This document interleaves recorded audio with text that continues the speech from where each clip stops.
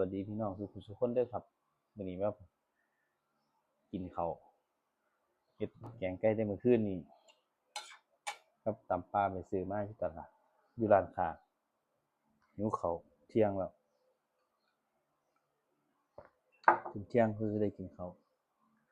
มาครับแซ่บๆนี่กันใส่เลยเบาๆหลายใหญ่ห่างไม่ได้ชิมตำปลาก่อน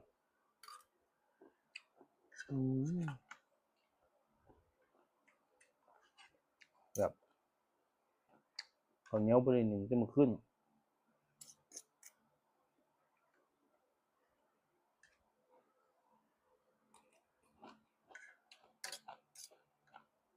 ไปแดกงวกครับคิดอยากแกงไก่เส้นน้ำมันสุ่มพอเอาไก่มาให้เลยได้เห็ดแซ่บ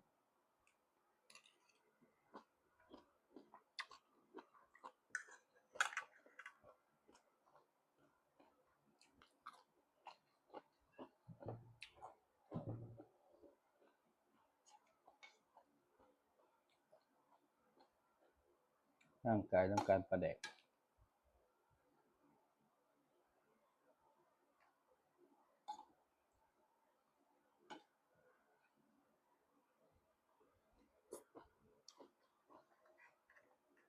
โอ้ครับ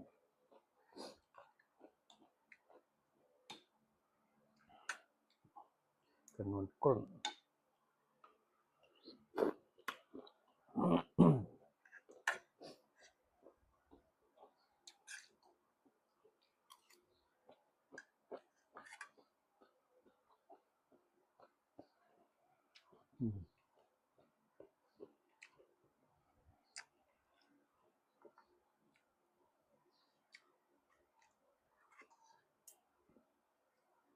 ตำปลาก็แซ่บน้ำปลาแดกก็นัว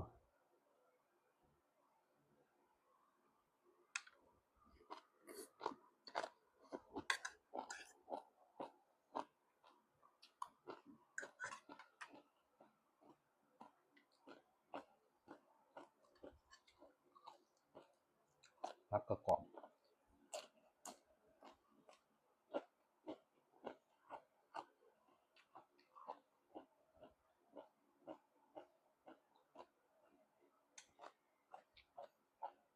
กาดก็ฮ้อนประเทศไทย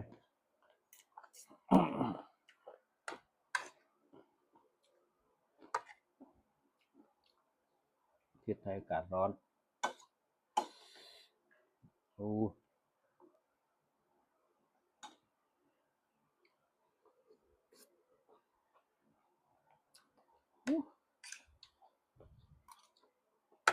ครับ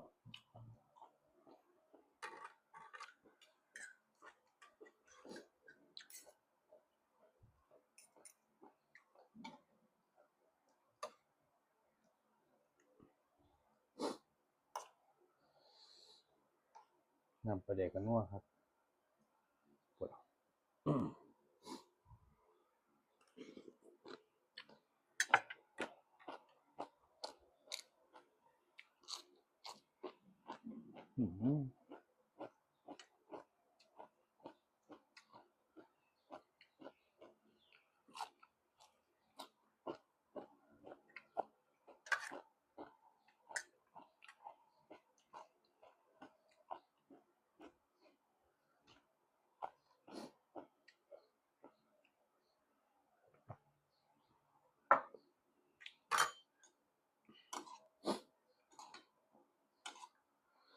หมูกระไร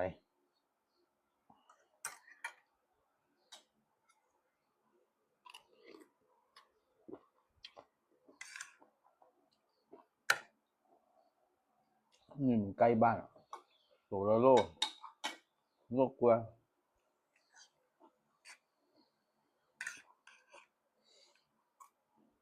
นะครับเนื้อบางอย่างเนื้อพลอยดี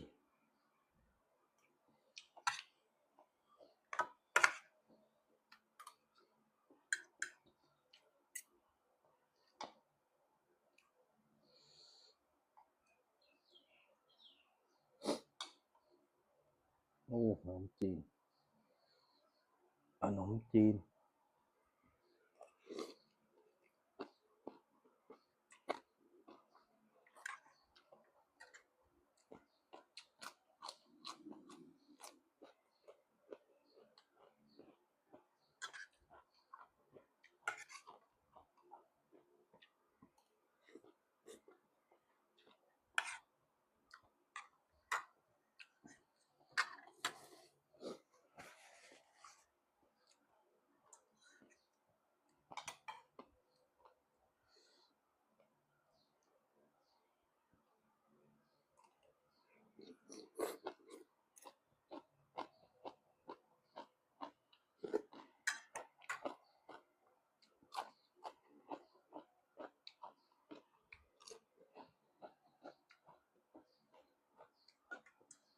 สุดยอดนะน้ำแปลกสุดเลย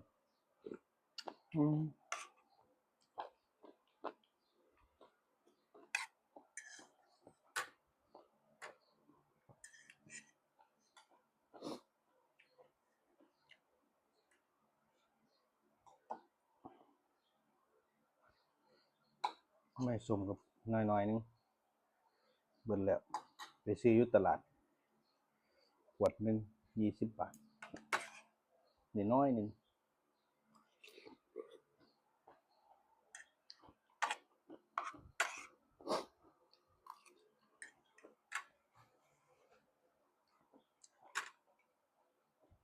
ย่างไก่ใส่หน่อไม้ส้มไม่เห็นตีนครับแซ่บๆ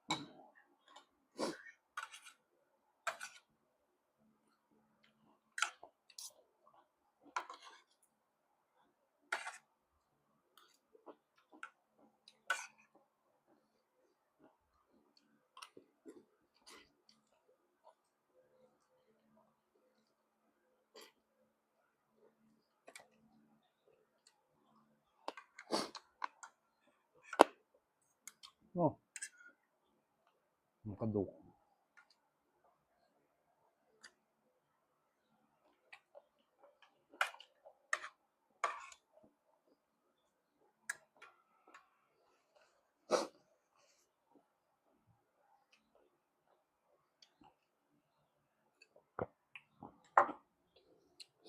เติมน้ำแข็ง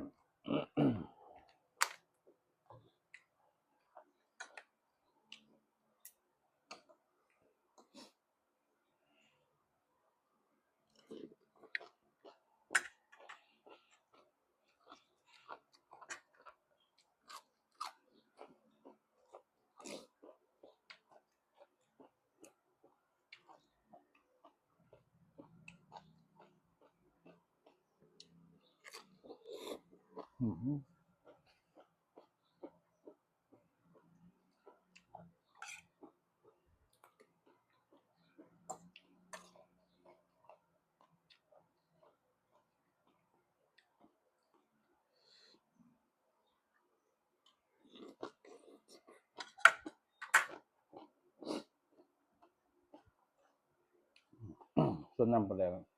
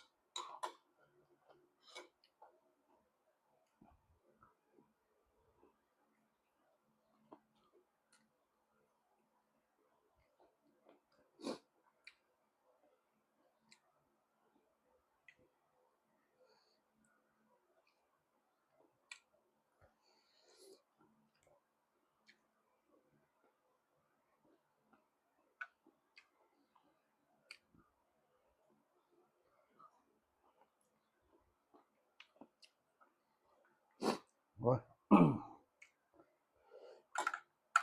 ไม่ออกแล้วบาดมันตรงเดียวแล้วเป็นไรแต่ว่าเศร้าบ่ได้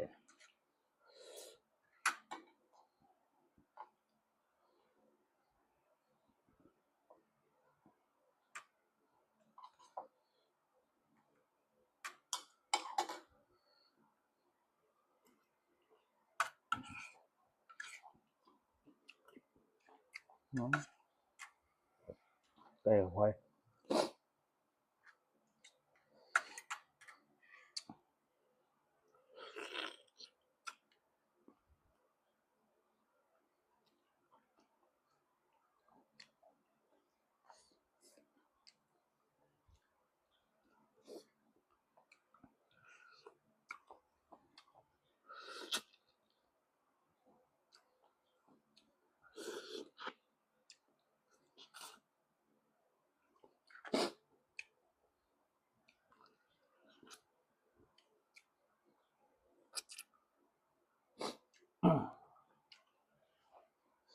มันครับแต่โอ้ขออภัยเด้อพี่น้องเอ้ยเฮ็ดหลายหมูหลาย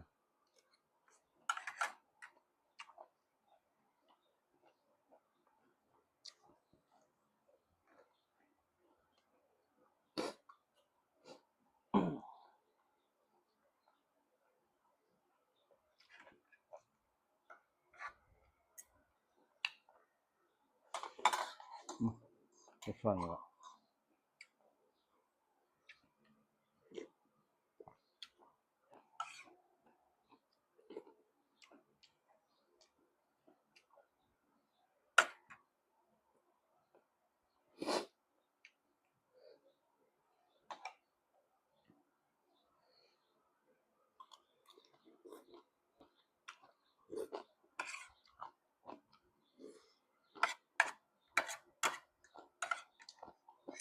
โอ้เงาเลยง่าย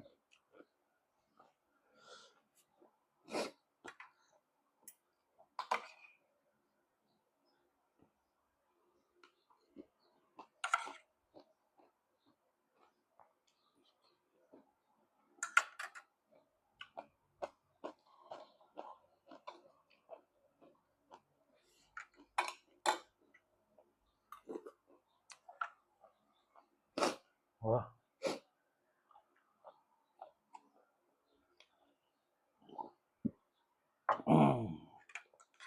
ว่า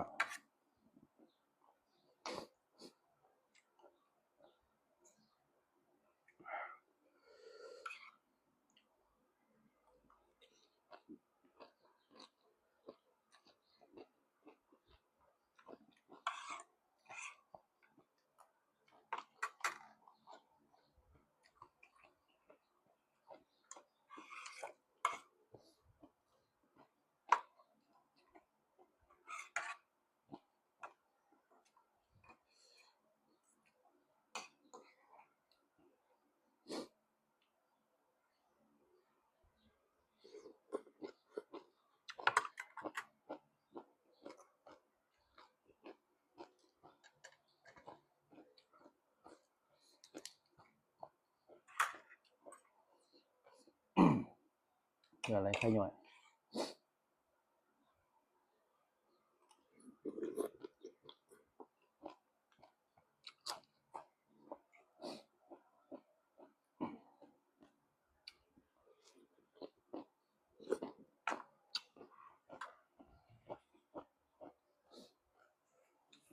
เงาออกคือดี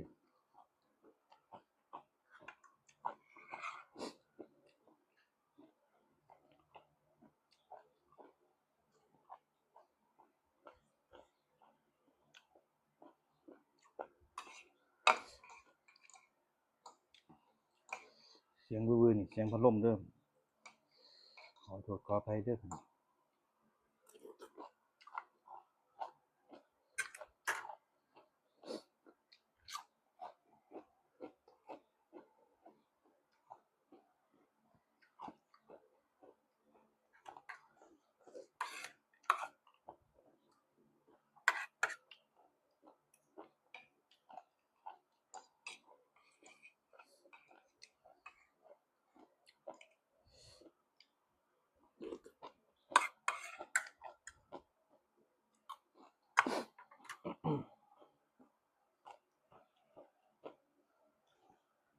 เงาซึมดีครับ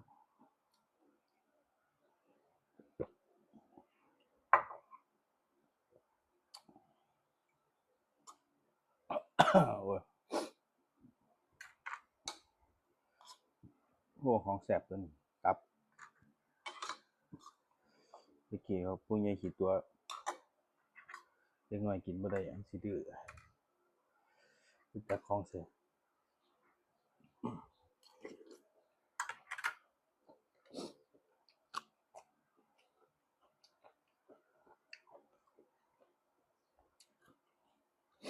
โอ้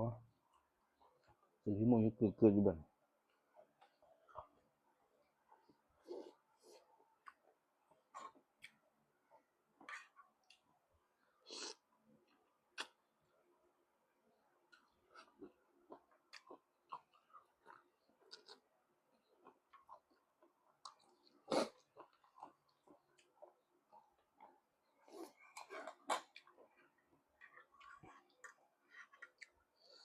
เริ่มสิอิ่มแล้วบ่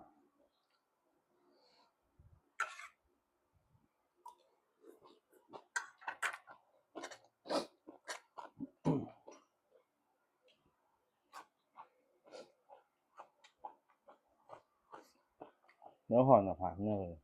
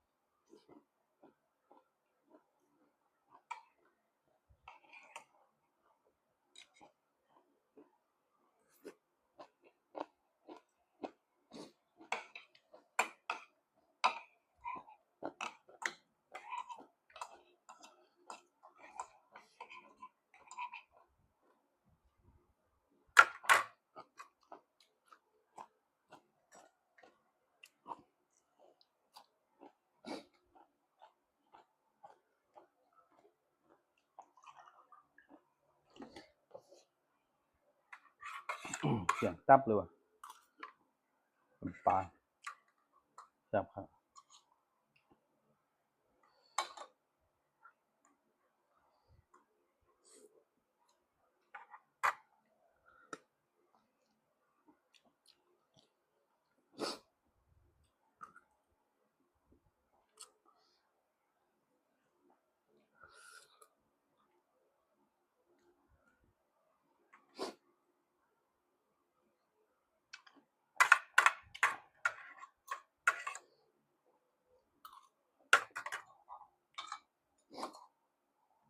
โอ้เสียงระบาด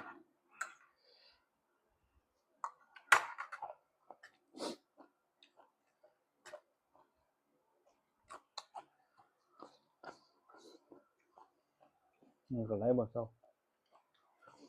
ว่าก็